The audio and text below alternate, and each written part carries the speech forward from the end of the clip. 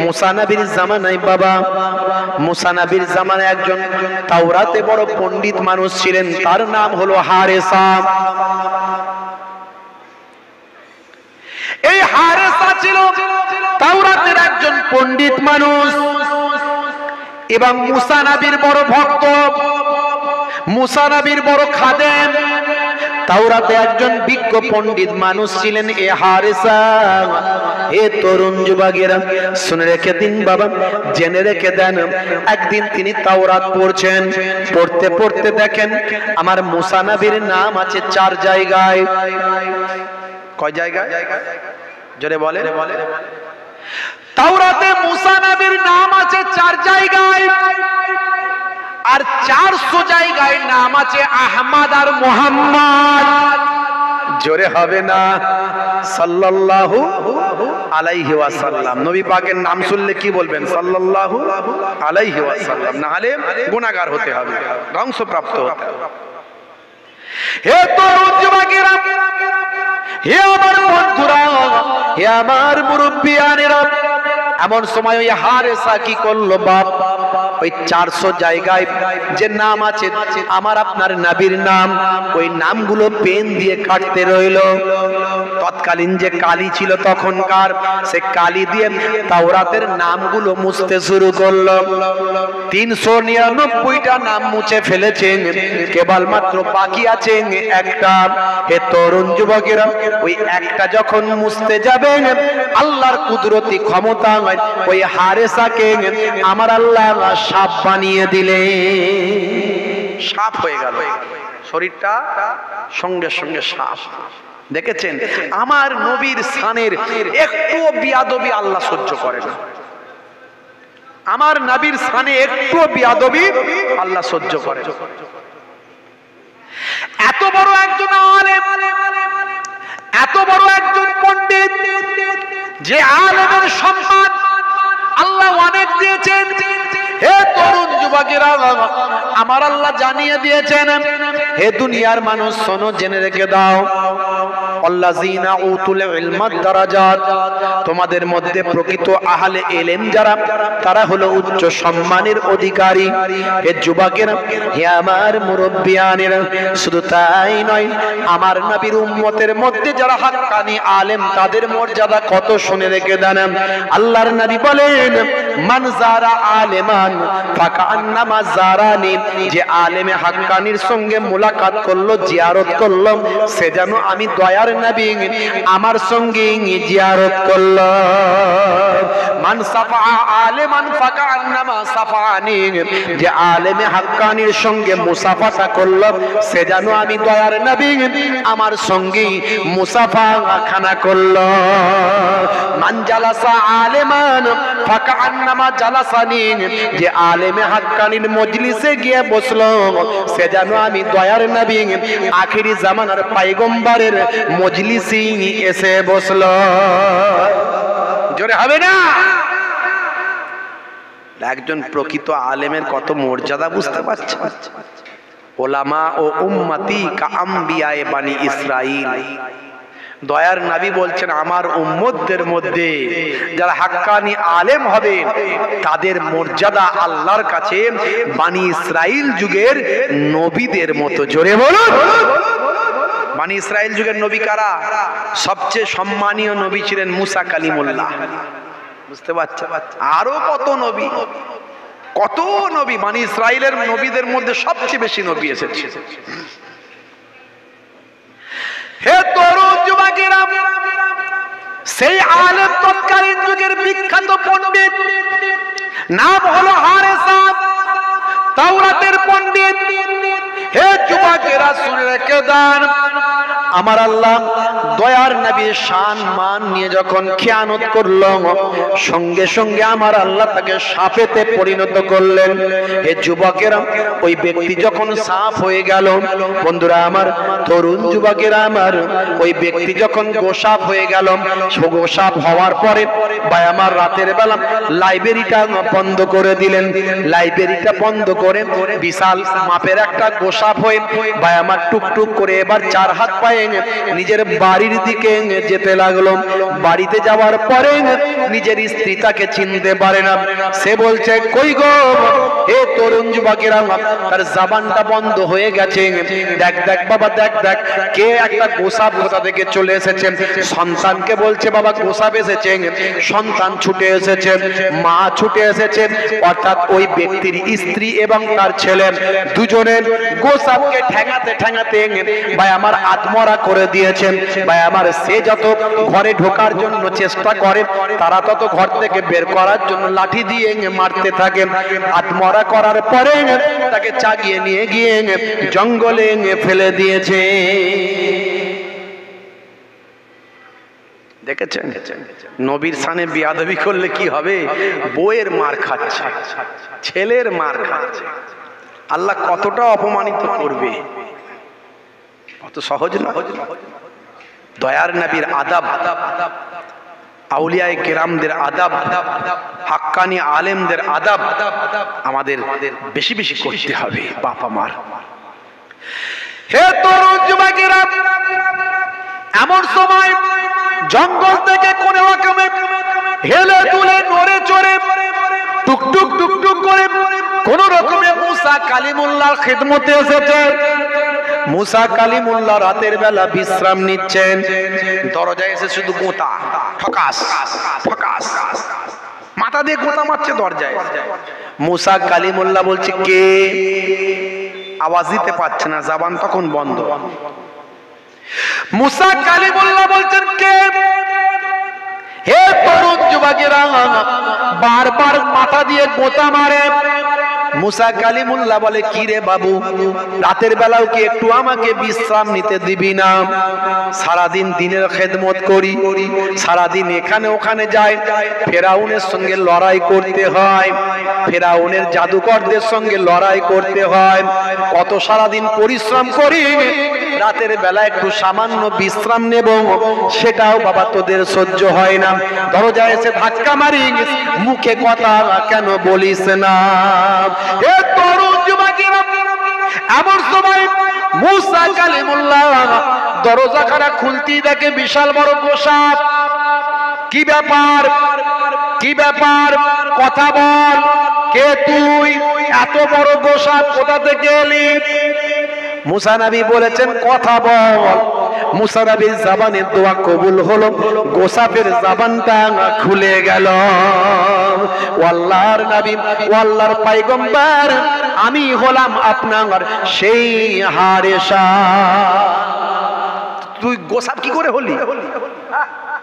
তুই গোসাপ কি করে হলি বল আমাকে। সব খুলে বলল। খুলে বলার পরে মুসা কালিমুল্লাহ বলছে, তুই সর্বনাশ করে ফেলেছিস, তুই তো সর্বনাশ করে ফেলেছিস, বেশি পণ্ডিত্য ফলাতে গেছিস। বেশি পণ্ডিত্য ফলাতে গেলে তো এরকমই হবে বাবা, লিমিটে থাকে। তো কে এসব করতে বলেছে? তুই এত বড় অন্যায় কাজ করেছিস, এখন কি হবে? কাল সকালে আমি যাব তুর পাহাড়ে, তুইও যাবি আমার সঙ্গে, তুইও টুকটুক টুকটুক করে উঠবি, আর আমিও যাব তুর পাহাড়ে। আল্লাহর কাছে একটু বলবো, দেখি তোর যদি কিছু ব্যবস্থা হয়। কি আল্লাহ করে এখন দেখুন। আল্লাহ তো মুসা নবীর সঙ্গে কথা বলতেন। মুসা নবী আল্লাহকে বলছেন, আল্লাহ তুমি তো আমার সঙ্গে কথা বলো, আর কারোর সঙ্গে কথা বলো নাকি? মুসা নবী নিজের পাওয়ারটা জেনে নিচ্ছে, বুঝতে পারছেন? মুসা নবী নিজের পাওয়ারটা জেনে নিচ্ছে। তোকাল্লেমু মাই হাল তোকাল্লেমু আহাদা গায়রি, আমি ব্যতীত আর অন্য কারোর সঙ্গে কথা বলেন আল্লাহ?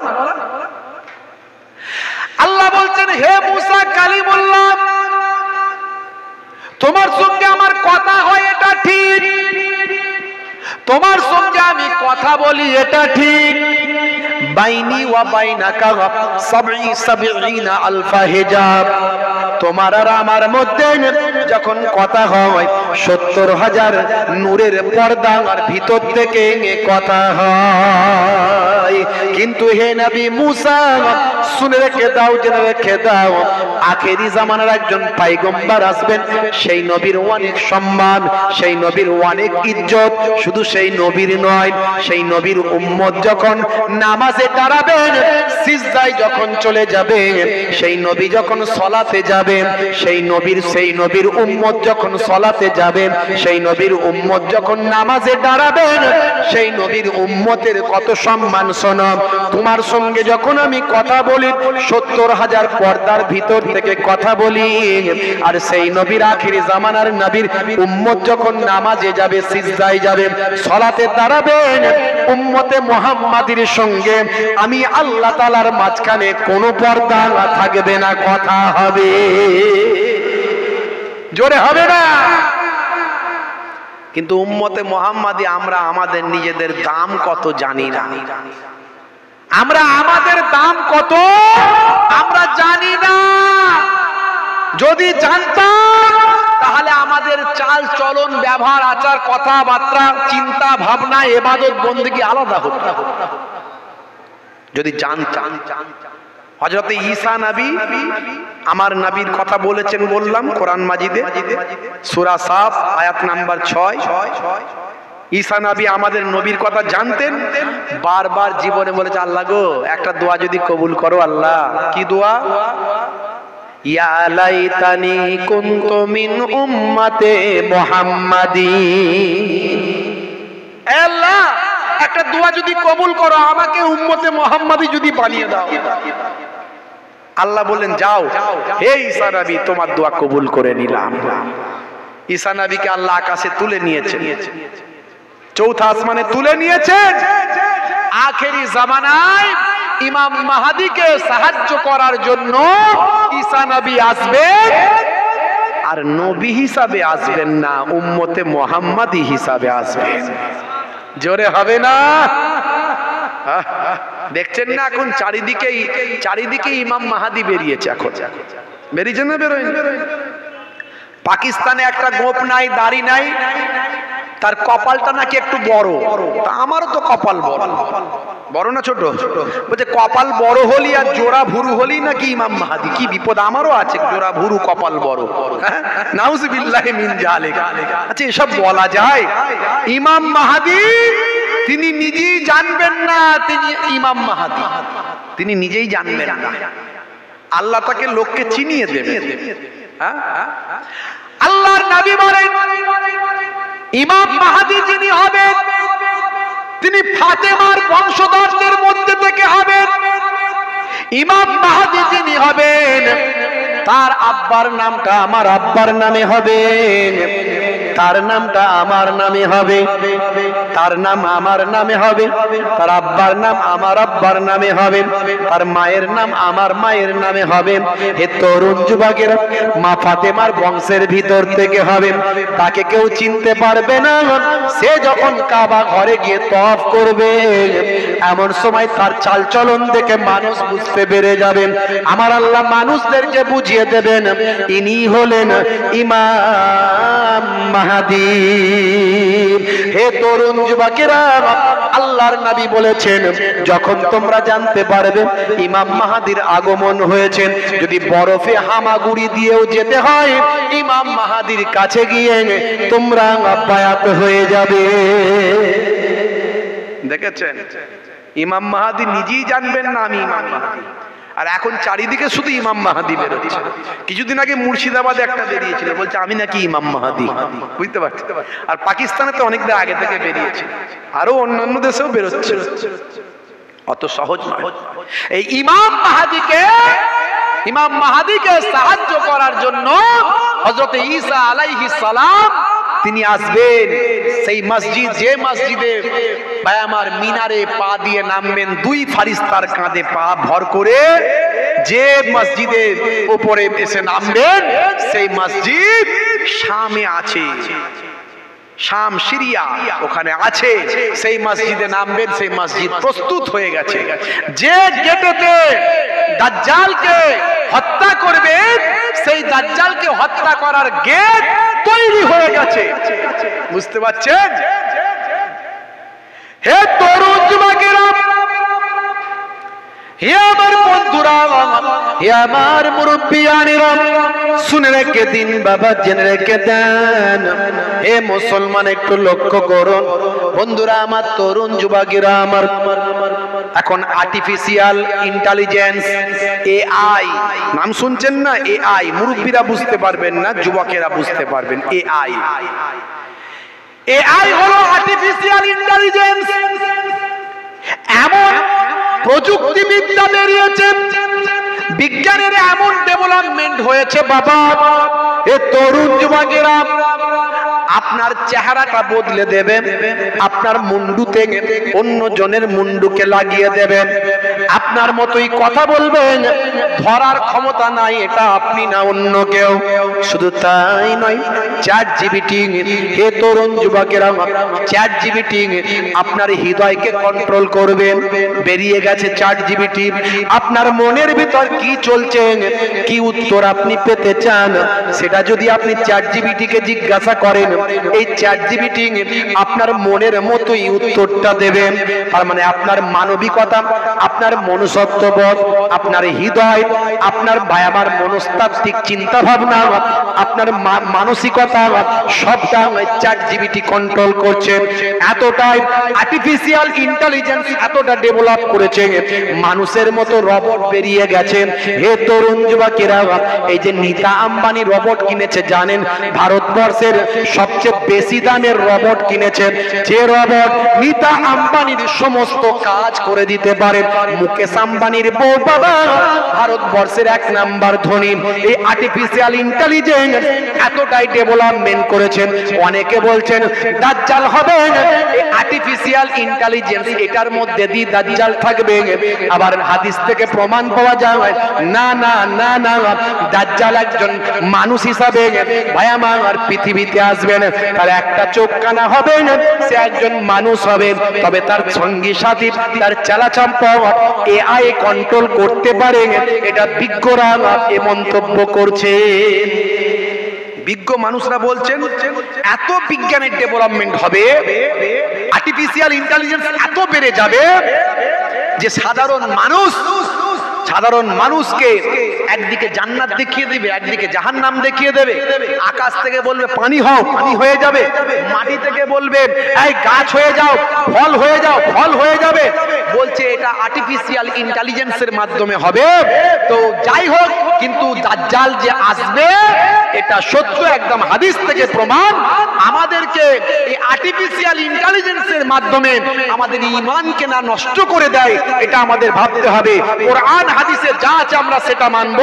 বিজ্ঞানের যতই ডেভেলপমেন্ট হয়ে যাক না কেন, আর্টিফিশিয়াল ইন্টেলিজেন্স যতই বেড়ে যাক না কেন, আমার এই যে চ্যাট জিপিটি আমার মনকে, হৃদয়কে সে কন্ট্রোল করছে, আবার অন্যজনের হৃদয়কে অন্যভাবে কন্ট্রোল করছে।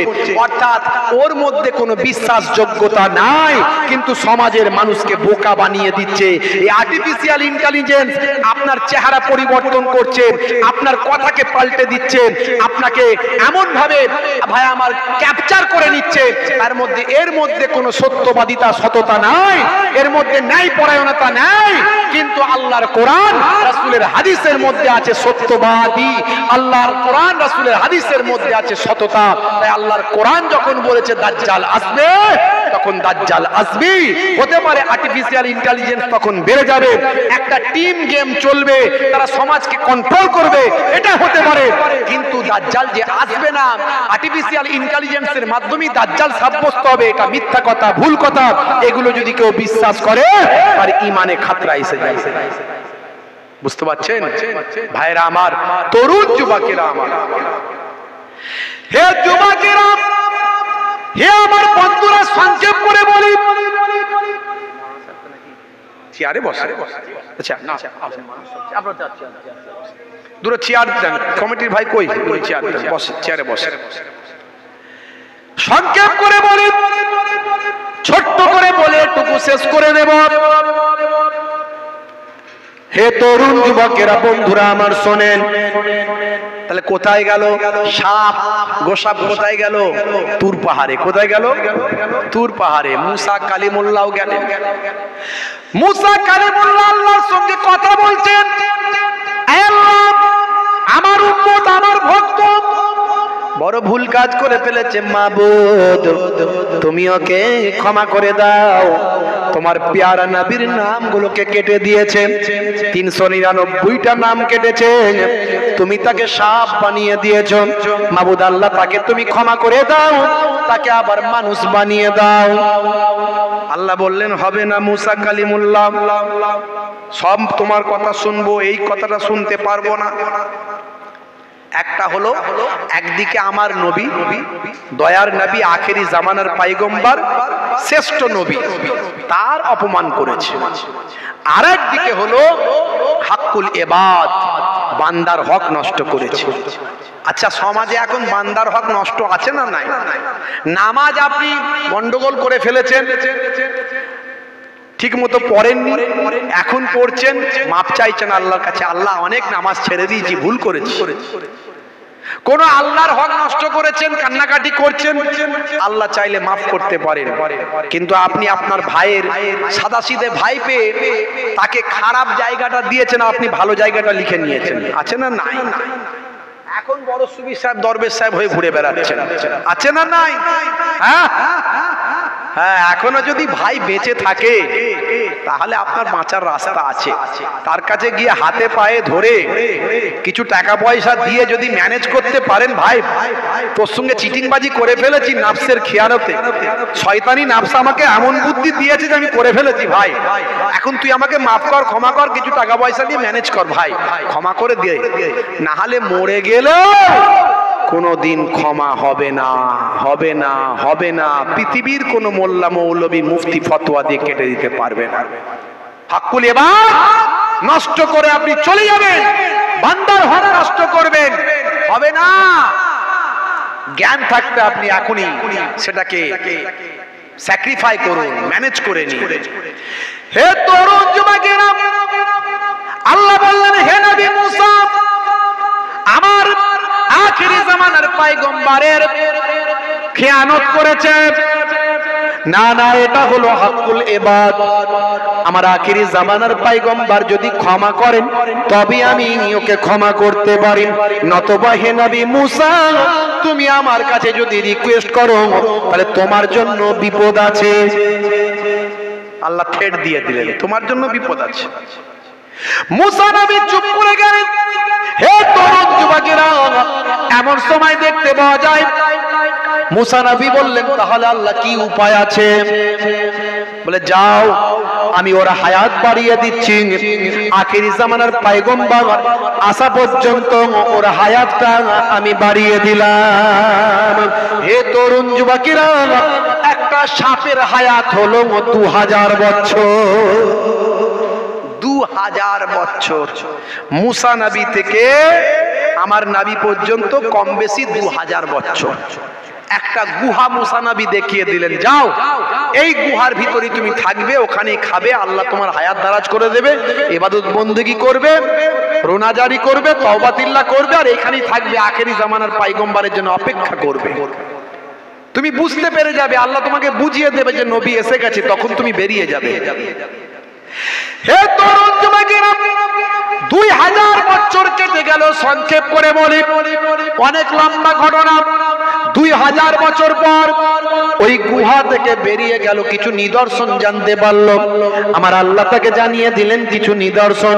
হে তরুণ যুবকেরা, হে আমার মুরব্বিয়ানেরা, শুনে রেখে দিন বাবা, জেনে রেখে দেন, 2000 বছর পরে আমার আপনার দয়ার নবী যখন পৃথিবীতে এসেছেন, নবুয়ত যখন পেয়েছেন, আল্লাহর কুদরতি ক্ষমতা ওই সাপের কাছে পৌঁছে গিয়েছেন। ভাই আমার, ওই হারেসা সাপ সেই সময় দেখতে পাওয়া যায় গুহা থেকে এবার বেরোনো শুরু করলো, আল্লাহর ইশারায় চলতে শুরু করলো। চলতে চলতে চলতে চলতে সোজা মক্কা শরীফে এসে হাজিরা দিল। হে যুবকেরা, শুনে রেখে দিন, জেনে রেখে দিন বাবা, মক্কা শরীফে এবার কোথায় পাবে, আল্লাহর নবী কোথায় আছেন, ঘুরে ঘুরে ঘুরে ঘুরে বেড়াচ্ছে বাবা। ঘুরতে ঘুরতে ঘুরতে ঘুরতে এক একবারে সোজা আবু জাহিলের ঘরের সামনে গিয়ে হাজির। আবু জাহিল ওই বড় সাপ ওই রকম দেখে সে বলে সর্বনাশ, এ তো মারাত্মক সাপ, এ আবার সাপ কথা বলছে, তো ভয়ঙ্কর সাপ, তাহলে নিশ্চয়ই মুহাম্মদ সাল্লাল্লাহু আলাইহি সাল্লাম আমাকে মারার জন্য এই কথা বলা সাপ পাঠিয়েছে, নিশ্চয়ই জাদুমন্ত্রের ব্যাপার আছে।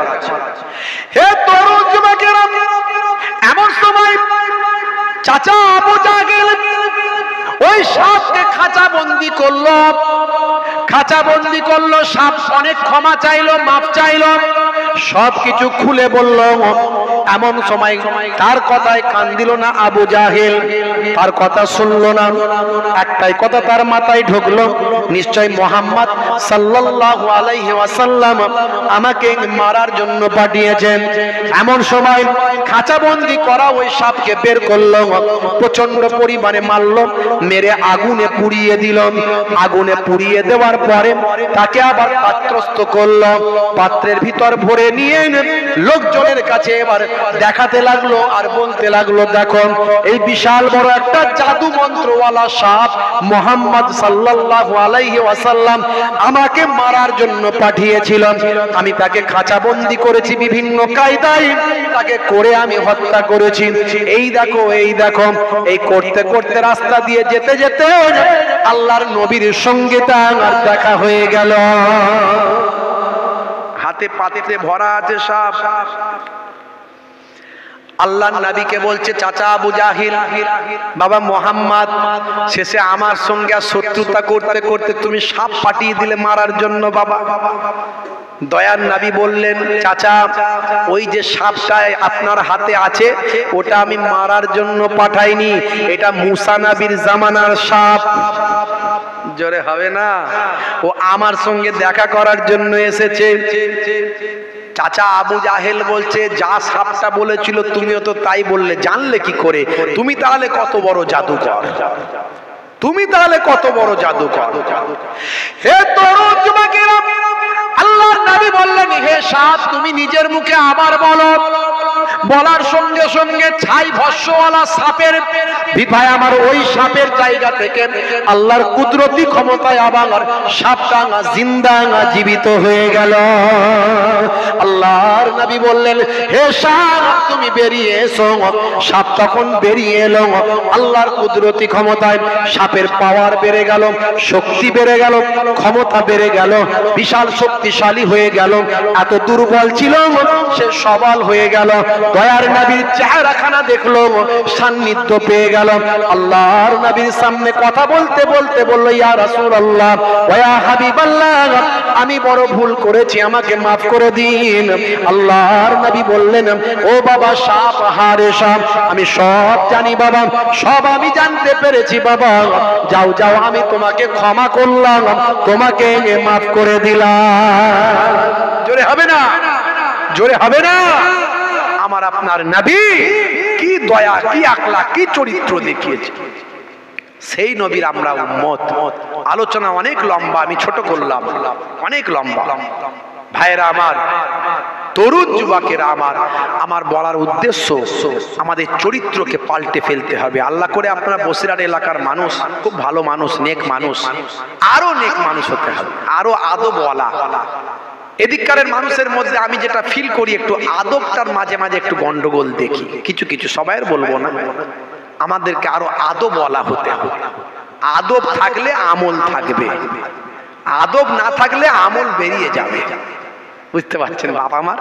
হ্যাঁ, সবচেয়ে আগে রোল নাম্বারের ওয়াজ আমি করি, অনেক ওয়াজ আছে রোল নাম্বারের ওয়াজ, রোল নাম্বারের ওয়াজ আমি অনেক করি ভাই আমার, মানে ইমানের ওয়াজ। তো ইমানের ওয়াজ আজকে করিনি, দয়ার নবীর একটুখানি আখলাক চরিত্রের আলোচনা করেছি, আর আমাদেরকে আদবওয়ালা হতে হবে একটু বলেছি। যাই হোক ভাইরা আমার, লম্বা চওড়া নয়, সময় অনেক কম। আল্লাহ রাব্বুল আলামিন সেই মিলাদুন নবীর মজলিসে আমাদের বসিয়েছেন, যেন দয়ার নবীর খাতিরে এই ঈদে মিলাদুন নবীর মাহফিল, সিরাতুন নবীর মাহফিল, এটা আমাদের জন্য নাজাতের জারিয়া হয়ে যায়। জোরে বলুন আল্লাহুম্মা আমিন। মাশাআল্লাহ ভাইরা আমার, সেই নবী পাকের ইসালে সব আগামী বছর হবে তো নাকি? কি যে একটু হবে তো নাকি? হ্যাঁ হবে তো, সবাই খুশি তো নাকি? হ্যাঁ বাবাজি, যে নবীর আলোচনায় খুশি হয়, দেখেছেন তো আবু তালেব মক্কাবাসীদের খাইয়েছিল খুশিতে, আমার নবীর আগমন হয়েছে। বুঝতে পারছেন? যে নবীর আগমনে খুশি হয়, নবীর আলোচনায় খুশি হয়, দয়ার নবীকে ভালোবেসে খুশি হয়, আল্লাহ তার বিনিময়ে অনেক জাযা বদলা দুনিয়া আখিরাতে দান করে দেয়। সেই নবী পাককে ভালোবেসে ঈদে মিলাদুন নবীকে কায়েম রাখার জন্য আগামী বছরের জন্য একটু দান সাদকা করতে হবে। বাপ, কোরআন মাজিদে আল্লাহ রাব্বুল আলামিন বলেছেন, মান জাআ বিল হাসানাতে ফালাহু আসরু আমসালিহা, বান্দা এক দিলে আমি আল্লাহ তোমাকে 10 দেব। জোরে বলো, জোরে বলুন। কোরআনের কথা কখনো মিথ্যা হবে? কোরআন মাজিদের কথা কখনো মিথ্যা হবে? হাদিস পাকের মধ্যে এসেছে, হাদিসে কুদসির মধ্যে এসেছে, একের বদলে আমি 10 দিই, একের বদলে 100 দিই, একের বদলে 700 দিই, একের বদলে আমি আল্লাহ বেহিসাব দান করে দিই। জোরে হবে না? যারা কবরে চলে গেছে আল্লাহ জানিয়ে দিয়েছেন তারা কি বলে, হায় হায় হায় লাউলা আখারতানি ইলা আজালিন কারীব ফাআসাদদাকা, যদি একবার উঠে যেতে পারতাম আমি আমার ধন দৌলত সব সাদকা করে দিতাম, দান করে দিতাম। হায়রে দুনিয়াতে আমি সব রেখে চলে এলাম, আমার উপকারে এলো না। বেটা আমার বুক ফুলিয়ে কবরের ধার দিয়ে যায়, মুক্তি পাওয়ার আশা করি ফিরে নাহি চাই।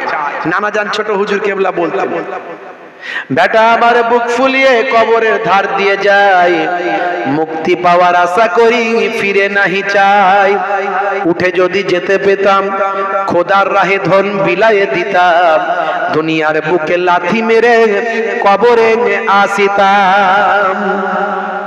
হাদিস আও কামা ক্বালা আলাইহিস সালাতু ওয়াস সালাম।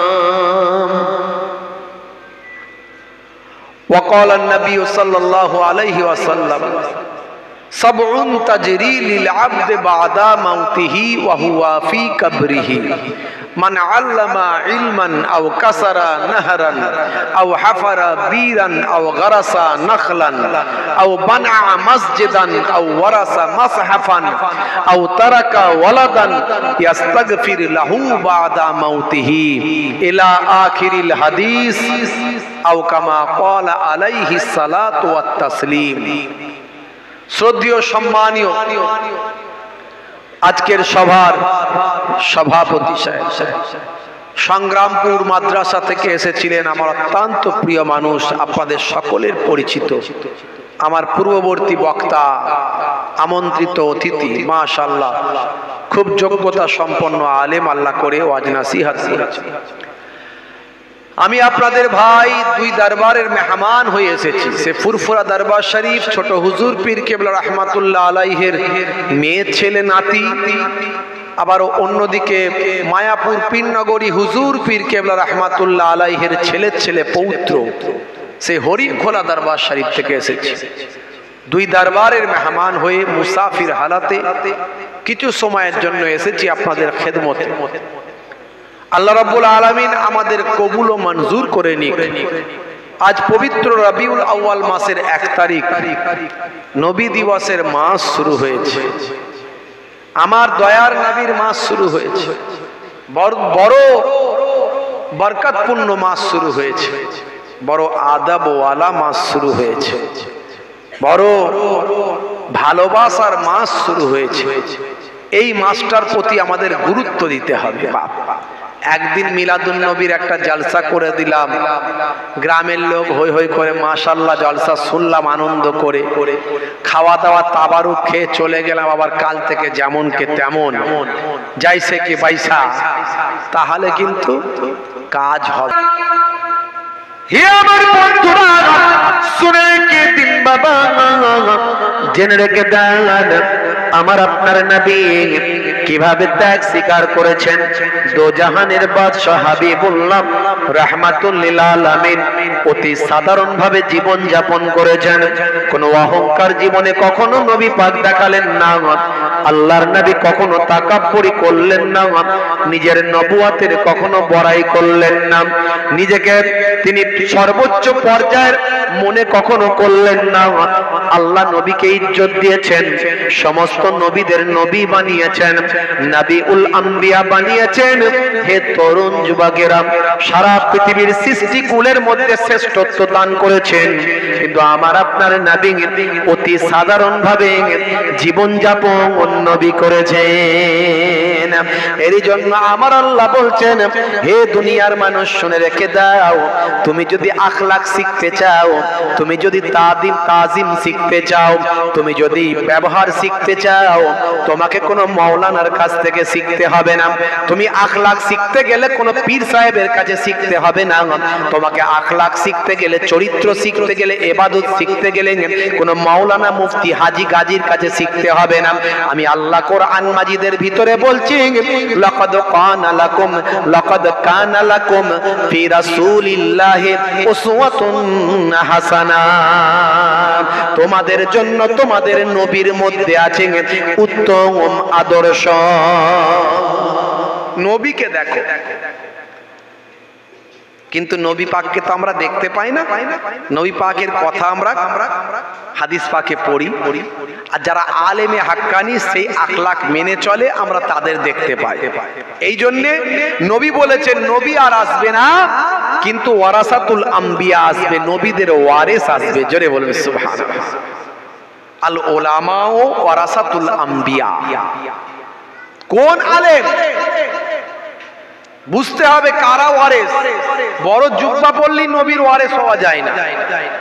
এখন তো সব ডিগ্রিতে লিখে দিচ্ছে আওলাদে রাসূল। ওরে বাপ রে বাপ, বুঝতে পারছে?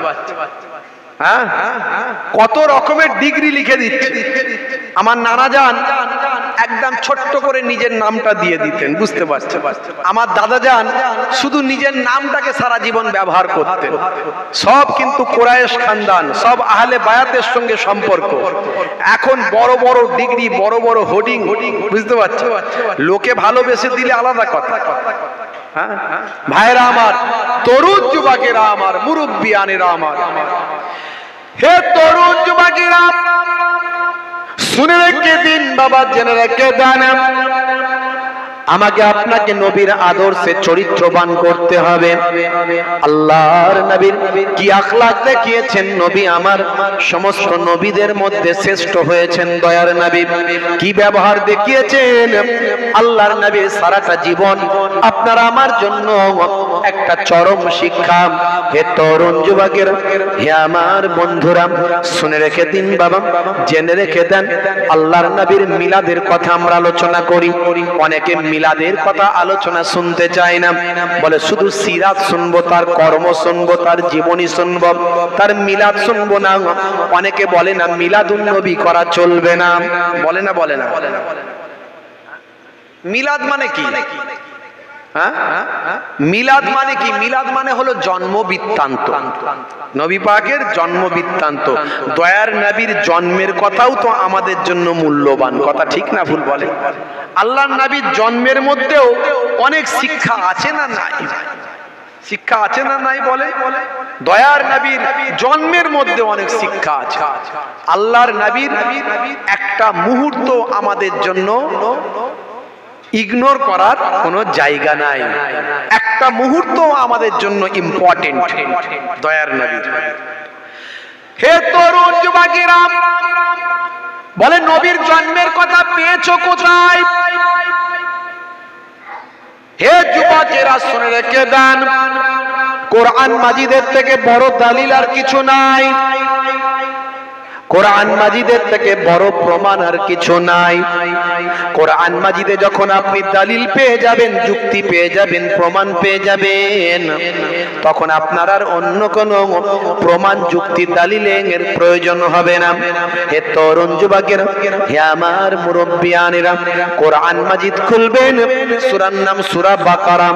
আজ থেকে 5000 বছর আগে হযরতে ইব্রাহিম আলাইহিস সালাম আমার আপনার নবীর জন্মের জন্য আল্লাহ তাআলার দরবারে দোয়া চেয়েছে।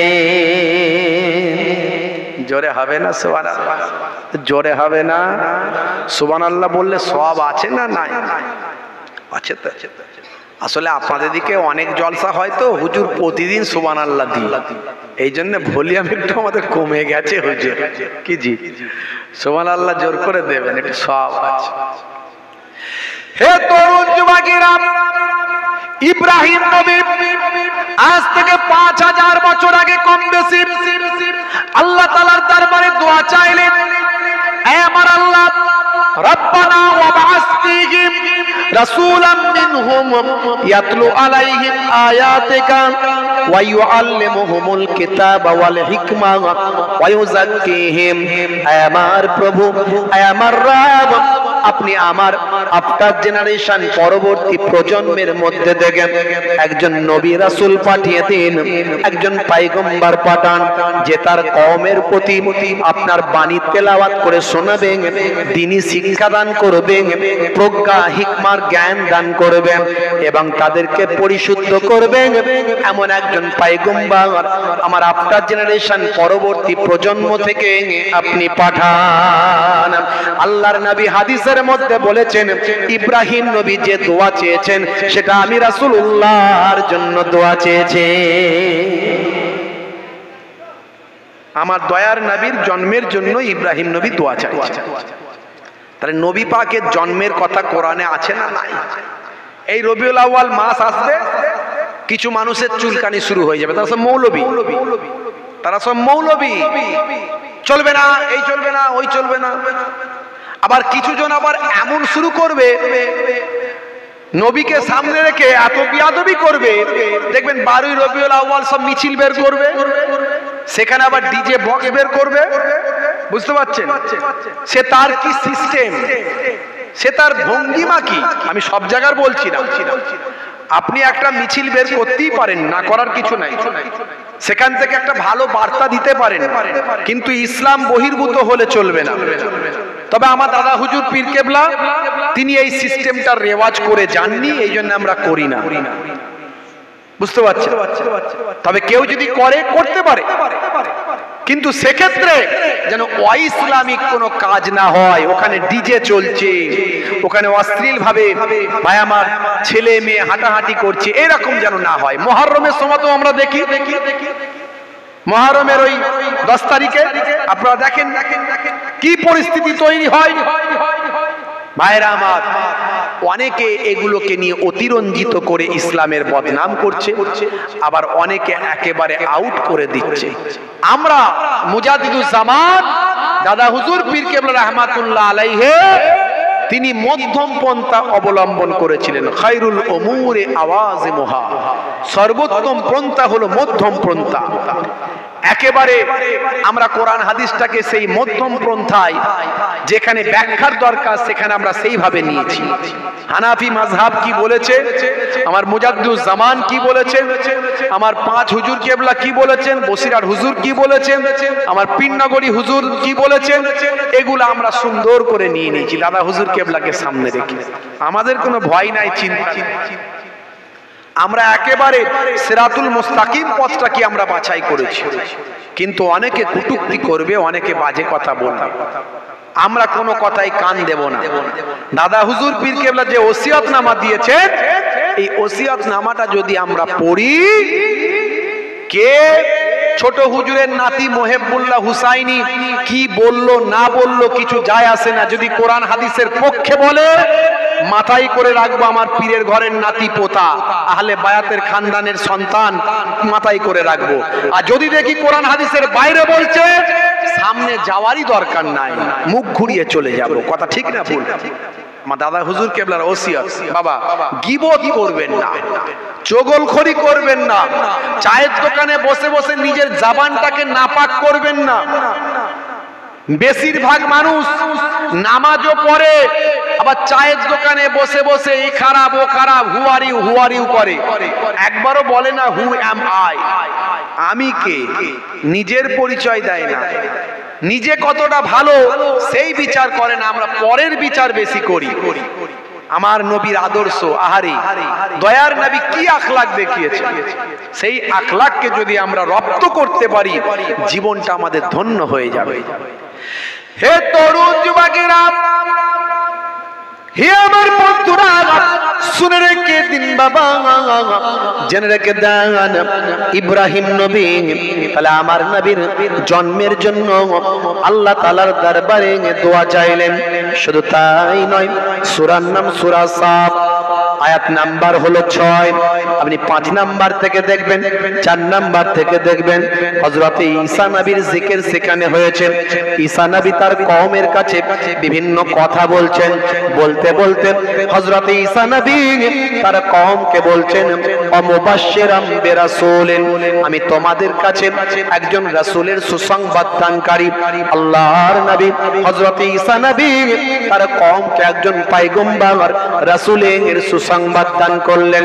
দান করে বললেন, হে আমার কওম শোনো, আমি একজন রাসূলের সুসংবাদ তোমাদের দিচ্ছি, শুনে রাখো। তিনি কে? ইয়াতি মিন বাদ ইসমুহু আহমদ, আমার পরে একজন নবী আসবেন যার নাম হবে আহমদ সাল্লাল্লাহু আলাইহি ওয়াসাল্লাম। ডাইরেক্ট ঈসা নবী আমার আপনার নবীর জন্মের কথা, আগমনের কথা বর্ণনা করলেন। সেটা আমার আল্লাহ কোরআন মাজিদে লিপিবদ্ধ করে দিলেন। তাহলে কোরআনে নবী পাকের জন্মের কথা আছে না নাই? কোরআন মাজিদে নবী পাকের জন্মের কথা আছে না নাই? আছে। আর কোরআন মাজিদে যখন পাওয়া যাচ্ছে, হাদিস পাকে কত পাওয়া যাবে বুঝতে পারছেন? তারপরেও কিছু মানুষ বলে মিলাদুন নবী চলবে না, আছে না নাই? এর আবার একটা দল, এই ফেরকায় ফেরকায় আমরা শেষ, ফেরকায় ফেরকায় আমরা শেষ। আমরা আমার মতটা অন্যের উপর জোর করে চাপিয়ে দেওয়ার পক্ষপাতী। মক্কা শরীফে আপনি যাবেন, মক্কা শরীফে যাবেন, আমরা এখানে নাভির নিচে হাত বাঁধি, কেউ এই পেটেতে হাত বাঁধে, কেউ এরকম করে হাত বাঁধে, কেউ এরকম করে হাত বাঁধে। আবার একটা সিলসিলা আছে, তারা হাত বাঁধে না, হাত ছেড়ে রেখে সূরা ফাতিহা আর অন্য সূরা পড়ে দিয়ে নামাজ পড়ে। হাত ওদের বাঁধতে হয় না, বুঝতে পারছো? ওখানে কিন্তু কেউ বলেনি এটা কেন করছো না, ওটা কেন করছো না, এটা হারাম, তুমি কাফের হয়ে গেছো, বলে না। সারা পৃথিবী থেকে গিয়ে একটা মিলন মেলা, সবাই কিন্তু কলেমার উপর সব ঈমানদার। জোরে বলেন সুবহানাল্লাহ, জোরে হবে না? আর যতদিন পর্যন্ত আমরা এই টুপি কেমন হবে, দাড়ি কেমন হবে, জুব্বা কেমন হবে, এই নিয়ে যদি মারপিট যতদিন করব, ততদিন পর্যন্ত জালেমরা আমাদের রাস্তাঘাটে মারবে। কথা ঠিক না ভুল? আগে যা হয়েছে হয়েছে, আমরা আমাদের আকীদাকে মনে ধারণ করেছি। আমরা দাদা হুজুর পীর কেবলাকে মহাব্বত করি, ভালোবাসি, এবং দাদা হুজুর পীর কেবলার নির্দেশিত কথাগুলোকে আমরা বিশ্বাস করি। তিনি হানাফি মাযহাবটাকে সুন্দর করে আমাদের কাছে বুঝিয়ে দিয়েছেন, ওটা আমরা বুকে নিয়ে নিয়েছি, বাস আমরা মেনে চলি। কে কি বললো আমাদের যায় আসে না। কিন্তু কেউ জোর করে আমার উপরে তার মতটা চাপিয়ে দেবে, এটাও ঠিক নয়। আমিও জোর করে তার উপরে আমার মতটা চাপাবো, এটাও ঠিক নয়। তাহলেই মনোমালিন্য হয়।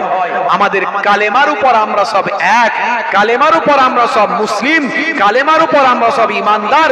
এটা যতদিন না করতে পারবো, ততদিন পর্যন্ত মুসলমান রাস্তাঘাটে লাঞ্ছিত হবে, মার খাবে, অপমানিত হবে। কারণ আমার নবী বলেছিলেন, লা তাকাতাউ ওয়ালা তাদাবারু ওয়ালা তাবাগাজু ওয়ালা তাহাসাদু ওয়া কুনু ইবাদাল্লাহি ইখওয়ানান। তোমরা একে অপরের থেকে বিচ্ছিন্ন হয়ো না, পরনিন্দা করো না, বিদ্বেষ পোষণ করো না, হিংসা করো না, তোমরা আল্লাহর বান্দারা একে অপরের ভাই হয়ে যাও।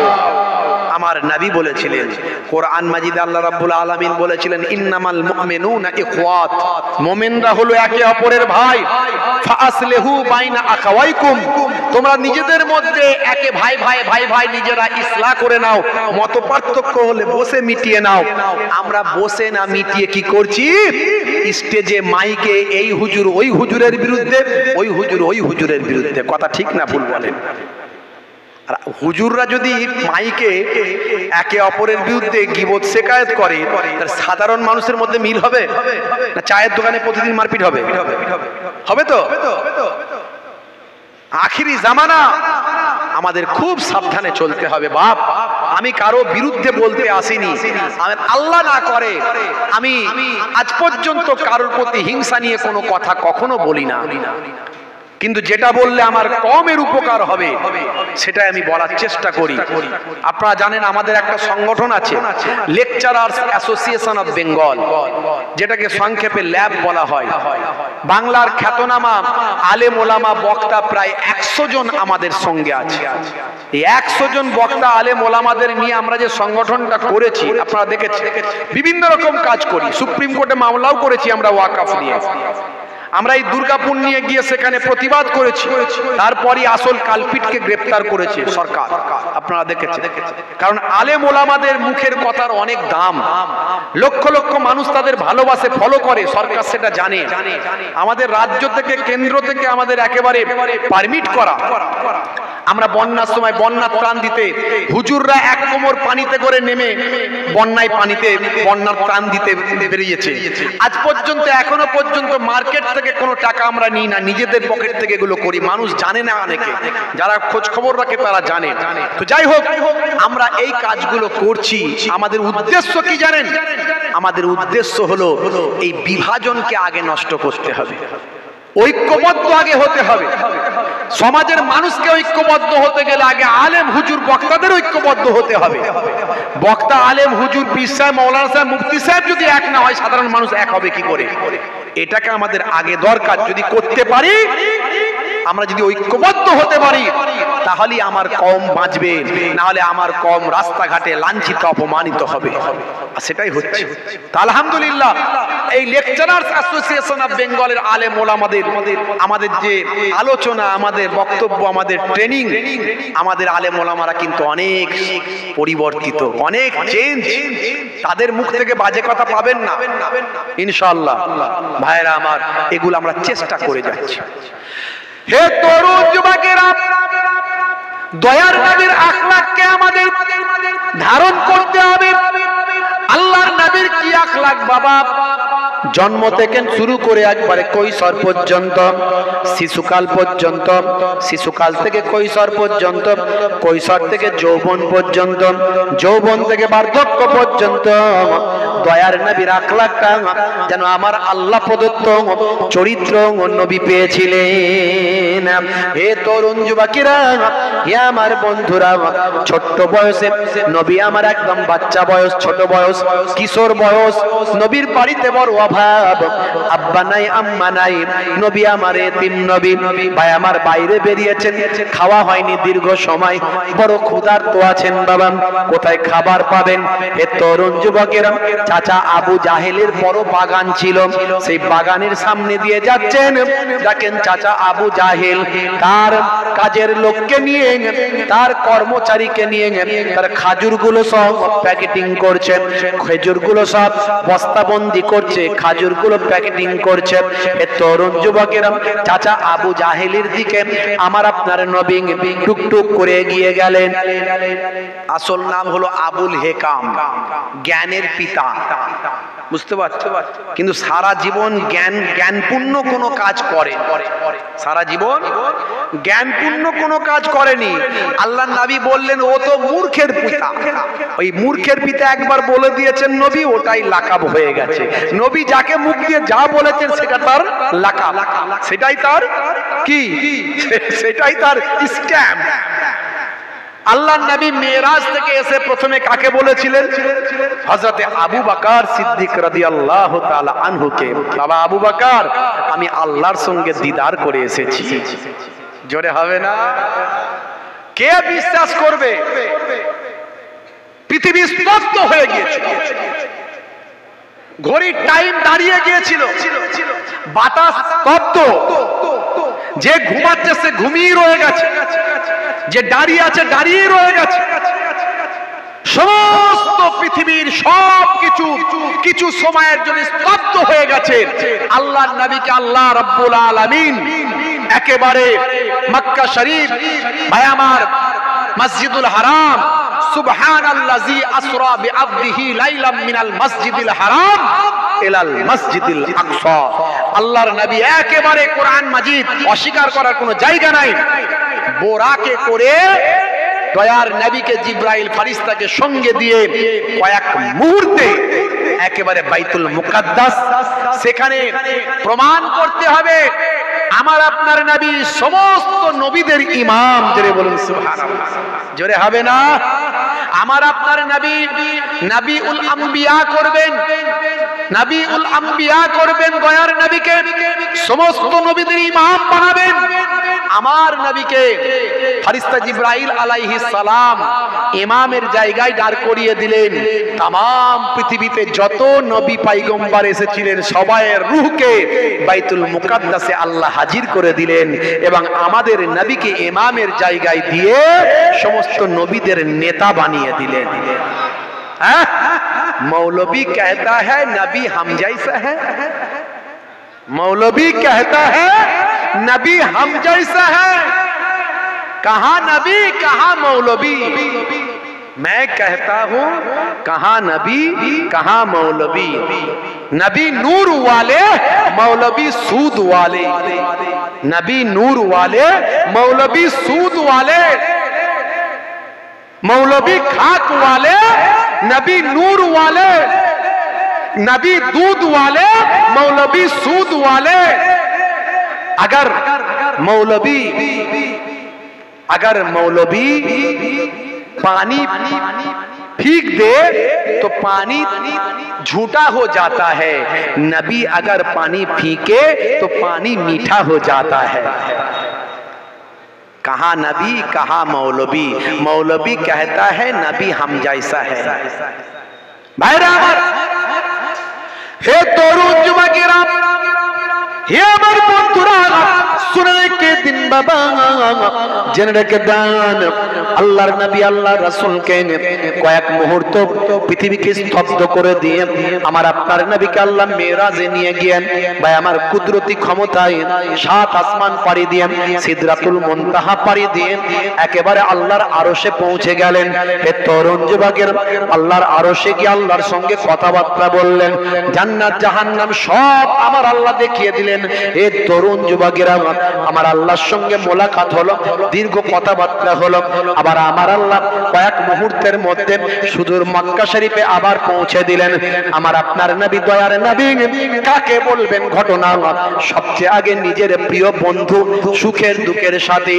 হে তরুণ যুবকেরা, প্রিয় সবচেয়ে কাছের যিনি, তিনি হলেন হযরতে আবু বকর সিদ্দিক রাদিয়াল্লাহু তাআলা আনহু। বাবা আবু বকর, আমি আল্লাহর সঙ্গে দিদার করে এলাম।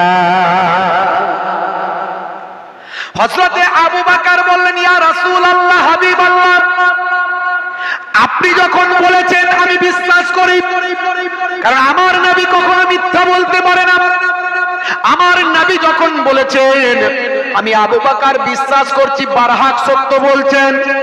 আল্লাহর নবীর একটা কথাতে আবু বকর সিদ্দিক বিশ্বাস করলেন। এতে হযরতে দয়ার নবী খুশি হয়ে সেই সময় বললেন, বাবা আবু বকর, আপনার উপাধি হলো সিদ্দিক, আপনি সত্য বলেছেন, আপনি হলেন সত্যবাদী। জোরে হবে না? আর জোরে হবে না? ভাইরা আমার, তরুণ যুবকেরা আমার, কিছু মানুষ সেই হযরতে আবু বকর হুজুরের প্রতি ইলজাম লাগায়, বলছে প্রথম খলিফা নাকি হযরতে আবু বকর হুজুরের হওয়াটা ঠিক হয়নি, এখানে শেরে খোদা আলী হুজুরের হওয়া দরকার ছিল। হযরতে আবু বকর হুজুর সত্যবাদী উপাধি নিয়েছেন, কিন্তু আসলে মানে এমন ভাষা প্রয়োগ করছে যেটা আমি জবান দিয়ে বলতে পারবো। বুঝতে পারছেন? বুঝতে পারছেন? বর্তমান সিচুয়েশনে রাজনীতিটা এমন জায়গায় গেছে, আমার ফুরফুরা শরীফের দাদা হুজুর কেবলা, আমার নানা জানেরা আবু বকর হুজুরের সেই নিসবতে এসেছে, সেই জন্য নামের শেষে সিদ্দিকী বা সিদ্দিক লেখা থাকে। এই রাজনীতির এখন যে টানাপোড়েন চলছে, তাহলে এখানে কিছু বলতে গেলে সুজা একেবারে খলিফায়ে আউয়াল দাদা বায়বার আবু বকর সিদ্দিক রাদিয়াল্লাহু তাআলা আনহু, নবী পাকের প্রথম খলিফা, ওনাকে পর্যন্ত কটূক্তি করে দিচ্ছে। কি অবস্থা করছে কারা? এক শ্রেণীর মুসলমান। বড় দুঃখ লাগে, কষ্ট লাগে। বুঝতে পারছেন ভাইরা আমার? ভাইয়েরা আমার, মুরব্বিয়ানেরা আমার, সে আবু বকর হুজুর দয়ার নবীর এতটা ভালোবাসার মানুষ ছিলেন। হে তরুণ যুবকেরা, হে আমার বন্ধুরা, শুনে রেখে দিন বাবা, জেনে রেখে দেন, আল্লাহর নবী আল্লাহর রাসূল কি আখলাক দেখালেন বাবা, কি চরিত্র দেখালেন। ছোট্ট বয়স বাবা, যেটা বলছিলাম, এমন সময় টুকটুক টুকটুক করে হেঁটে হেঁটে যাচ্ছেন, বড় ক্ষুধা লেগেছে। পাশে বাগানটা হলো আবু জাহিলের বাগান, আসল নাম হলো আবুল হেকাম, কিন্তু লাকাব হয়ে গেল মূর্খের পিতা। ও জ্ঞানের পিতা আর রইল না, মূর্খের পিতা হয়ে গেল লাকাব। তাহলে নবী যাকে যেটা বলেছেন একবার, সেটা লাকাব হয়ে গেছে। সিদ্দিকে আকবরকে একবারে সিদ্দিক বলেছেন, সত্যবাদী লাকাব হয়ে গেছে। এটা হচ্ছে লাকাব, বুঝতে পারছো? আর আবু জাহিল বলেছেন, আবু জাহিল হয়ে গেছে, মূর্খের পিতা। হে তরুণ যুবকেরা, আল্লাহর নবী তখন ছোট, দয়ার নবী আমার বড় ক্ষুধা লেগেছে। চাচা আবু জাহিলের বাগান, হে তরুণ যুবকেরা, প্যাকেটিং হচ্ছে খাজুর। এমন সময় দেখতে পাওয়া যায় হুজুরকে বড় ক্ষুধা লেগেছে। সেই সময় চাচা যান ভাবছেন, আমার তো আপন মানুষ, আমার তো আত্মীয় মানুষ, আমার তো কাছের মানুষ, তাহলে চাচা জানকে গিয়ে একটু বলি, চাচা যান বড় ক্ষুধা লেগেছে, আমি মুহাম্মদ রাসূলুল্লাহ সাল্লাল্লাহু আলাইহি ওয়াসাল্লাম। এখন তখন তো তিনি নবুয়ত পাননি, তিনি নিজের নামটা নিজে যেভাবে বললে হয় ছোট করে সেভাবে বলেছেন, আমাকে দুটো খাজুর কি আপনি দিতে পারেন? হে তরুণ যুবকের চাচা আবু জাহিল বলল, নিশ্চয় তোমাকে খাজুর দুটো দেব, তবে ওই চলে যাও, ওই আমার ইহুদি যে কারিগর কাজ করছেন, আমার ইহুদি যে কর্মীটা কাজ করছেন, সে প্যাকেটিং করছে, তার কাছে চলে যাও, গিয়ে তার বস্তাটা নিয়ে আমার বাড়ি পর্যন্ত পৌঁছে দাও, তাহলে আমি তোমাকে দুটো খেজুর দেব। আরে ছোট্ট নবী আমার, 6 বছর 8 বছর বয়স, দুটো ক্ষুধা লেগেছে, চাচার বাগান, চাচা দুটো খেজুর দাও না, চাচা দুটো খেজুর দাও না। হ্যাঁ দেবো, বস্তাটা বয়ে দিয়ে আগে। দেখছেন এই চাচা এখনো আছে, আছে না নাই বলে? চাচা কাকা মামা সব আছে, বাপ আছে, আবার ভালো আছে, সব রকমই আছে।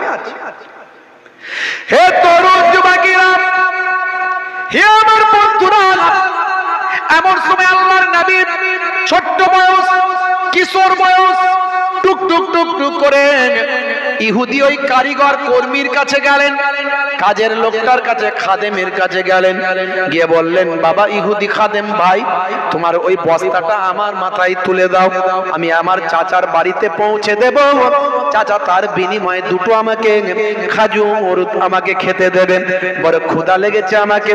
ইহুদির জানে দয়া মায়া হলো, সে সময় বলে, বাবা মুহাম্মদ সাল্লাল্লাহু আলাইহি ওয়াসাল্লাম, তুমি কি ওই খাজুরের এই বস্তাটা কি বাড়ি পর্যন্ত পৌঁছাতে পারবেন? পারবে না বাবা, পারবে না। সেই সময় আল্লাহর নবী বললেন, ও বাবা ইহুদি ভাই, নিশ্চয় পারবো, আপনি একটু আমার মাথায় চাপিয়ে দেন। ছোট্ট বয়সে অত ভারী একটা বস্তা আল্লাহর নবী অতি কষ্ট করে চাচা আবু জাহিলের বাড়ি পর্যন্ত পৌঁছে দিলেন। পৌঁছে দেওয়ার পরে টুকটুক করে আবার বাগানের দিকে হেঁটে আসলেন। চাচা যান, এত তো খাজুর আছে, দুটো খাজুর আমাকে দেওয়ার কথা, কই দিন দিন আপনার বস্তা আমি মাল আমি আপনার ঘরেতে পৌঁছে দিয়ে এসেছি। ও চাচা যান, আপনি আমাকে দুটো খাজুর দেবেন বলেছিলেন, বড় ক্ষুধা লেগেছে আমাকে, অনেকক্ষণ আমার খাওয়া হয়নি। আহারে দয়ার নবী, মায়ার নবী, রাহমাতুল লিল আলামিন, কি আখলাক, কি চরিত্র আমার নবী। দয়ার নবী যখন বললেন, চাচা আবু জাহেল একটা খাজুর দয়ার নবীর হাতে দিয়ে দিলেন। নবী বললেন, দয়ার নবী বললেন, চাচা যান, দুটো খাজুর দেওয়ার কথা হয়েছিল, একটা কেন দিলেন? এটুকু বলার সঙ্গে সঙ্গে শিশু নবীর গালেতে একটা চাচা থাপ্পড় মারে। দয়ার নবীর গালেতে একটা থাপ্পড় মারলো, সঙ্গে সঙ্গে যেন মনে হচ্ছে আকাশ বাতাস সব থমকে গেল, সব স্তব্ধ হয়ে গেল। যে নবীকে আল্লাহ আখিরি জামানার পয়গম্বর করেছে, যে নবীকে আল্লাহ মনোনীত করেছেন, যার জন্মের সঙ্গে সঙ্গে মুজিজা অলৌকিক শক্তি ছড়িয়ে পড়েছে, যার জন্মের আগে থেকেই আম্মা জান আমিনা অলৌকিক মুজিজা শক্তি ক্ষমতা চারিদিকে লক্ষ্য করেছেন, সে যার জন্য সব কিছুকে আল্লাহ সৃষ্টি করেছেন, যাকে আল্লাহ নিজে বলছেন আলহামদুলিল্লাহি রাব্বিল আলামিন, সারা আলামের রব আমি আল্লাহ, আমি আল্লাহ হলাম সারা আলামের রব। যার প্রশংসা আমরা করি তিনি হলেন আল্লাহ, হলেন সারা আলামের রব। সেই আল্লাহ বলছেন ওয়ামা আরসালনাকা ইল্লা রাহমাতাল লিল আলামিন, আমি সারা আলামের রব আর আমার নবী হলেন সারা আলামের রহমত। জোরে হবে না? সেই নবীর গালে থাপ্পড় পড়েছে, বুঝতে পারছো? আমার নবী সহ্য করলে সহ্য করবে না কে? জোরে বলেন। এই যারা নবীর সামনে বিয়াদবি করে তাদের ভাগ্য কিন্তু কঠিন খারাপই আছে। আমাকে আপনাকে লড়াই করতে হবে না বাপ। কে নবীর সামনে বিয়াদবি করছে যদি সহিভাবে ভালোভাবে ঝগড়া না করে বুঝিয়ে দিতে পারেন ভালো, না পারলে যদি একগুয়ামি করে আপনাকে বোঝাতে হবে না, ফয়সালা করবেন কে? ফয়সালা হয়ে যাবে, আপনাকে চিন্তা করতে হবে না। বুঝতে পারছো? অত সহজ না। আমার নবী আজও দেখবেন, আপনি যদি মদিনা শরীফে যখন রওজা পাকে যাবেন, কে কথা বলছে? আওয়াজ করবে না ভাই, ভাই আমার আওয়াজ করবে না বাপ। এখানে মজলিসে আওয়াজ চলে আসছে, এখানে আল্লাহ আল্লাহ রাসূলের কথা হচ্ছে, বাপ আওয়াজ করবে না। মদিনা শরীফে যখন যাবেন, রওজা পাকে যখন যাবেন, দেখবেন রওজা পাকের সামনে দিয়ে যখন যাবেন, আল্লাহর নবী রওজা পাকের উপরে লেখা আছে, কি লেখা আছে? ইয়া আইয়ুহাল্লাযীনা আমানু লা তারফাউ আসওয়াতাকুম ফাওকা সাউতিন নবী। জোরে হবে না? এই ঈমানদারেরা সাবধান, যখন আমার নবীর সামনে কথা বলবে তোমাদের ভলিউমটা যেন জোরে না হয়ে যায়, আস্তে কথা বলবে। জোরে বলুন। এই জন্য নবী পাকের দরবারে গিয়ে চিল্লাচিল্লি করা চলবে না। তাহলে আদব শেখাচ্ছেন কে? আল্লাহ। আদব কে শেখাচ্ছেন? আল্লাহ। নবী পাককে বলতে হয়নি। সাহাবীরা কথোপকথন করছেন, একজন সাহাবীর ভলিউম একটু জোরে হয়ে গেছে, নবী কিছু বলেননি, কিন্তু আমার আল্লাহ আয়াত নাজিল করে বলে সাবধান, আমার নবীর আওয়াজের থেকে জোরে না হয়ে যায় তোমাদের ভলিউম। যদি হয়ে যায় আনতাহাবাতা আমালুকুম ওয়া আনতুম লা তাশউরুন, তোমাদের আমলগুলো কোনটা দিয়ে বেরিয়ে চলে যাবে টের পাবে না, বুঝতে পারবে না, নামাজ দাড়ি টুপি জুব্বা সব বরবাদ হয়ে যাবে। বুঝতে পারছেন আমার নবীর সম্মান? হে তরুণ যুবকেরা, হে আমার বন্ধুরা, শুনে রেখে দিন বাবা, জেনে রেখে দেন। হে মুসলমান, একটু মন দিয়ে শুনুন, একটু মন দিয়ে শুনুন, দয়ার নবীর কথা বলছি, সব আল্লাহ লক্ষ্য করছেন। হে তরুণ যুবকেরা, এমন সময় দয়ার নবী পাককে যখন চাচা আবু জাহিল চর মেরেছে, এমন সময় দয়ার নবীর চোখ ভরা পানি, বুক ভরা বেদনা।